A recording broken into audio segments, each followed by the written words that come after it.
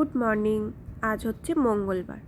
সকালবেলা তাড়াতাড়ি ঘুম থেকে উঠে একটুও টাইম ওয়েস্ট না করে ফ্রেশ হয়ে বসিয়ে নিয়েছি পায়েস। একদিকে এখানে পায়েস হচ্ছে আর আরেকদিকে বসিয়েছি নারকেল নাড়ু।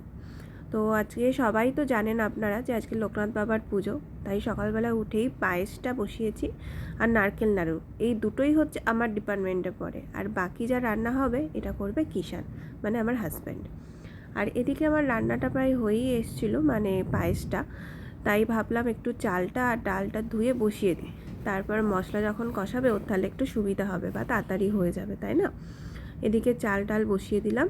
আর এখানে বসানোর পর আমার দেখলাম নারকেলের পাকটাও হয়ে গেছে, কিন্তু আমি না খুব একটা ভালো নাড়ু করতে পারি না, মাই করতো খুব ভালো, বাট আজকে আমি করলাম। আর এদিকে হয়ে যেতে আমি নাড়ুটা আর পায়েসটা ঠাকুরের জন্য আলাদা করে নিচ্ছিলাম। আমি পায়েসটা একটু বেশি করেই করেছিলাম।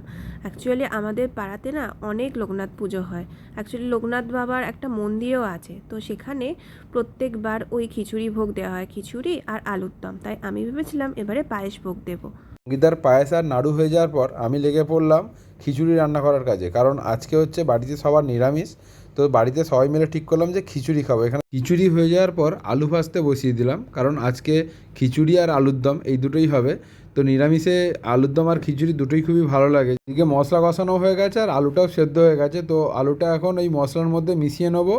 আর সাথে ওপরে দিয়ে দেবো একটু ভাজা মশলা দিলে আলুর দমের টেস্ট একটু ভালো লাগে। তো নিরামিষ তরকারিতে ঘি আর এই একটু ভাজা মশলা না দিলে ঠিক ভালো লাগে না। ঠাকুরকে ভোগ দেওয়ার জন্যে আলাদা করে একটু খিচুড়ি, আলুর দম আর সঙ্গীতা সকালে পায়েস তো করেইছে, এটাই আজকে ঠাকুরকে ভোগ হিসেবে দেওয়া হবে।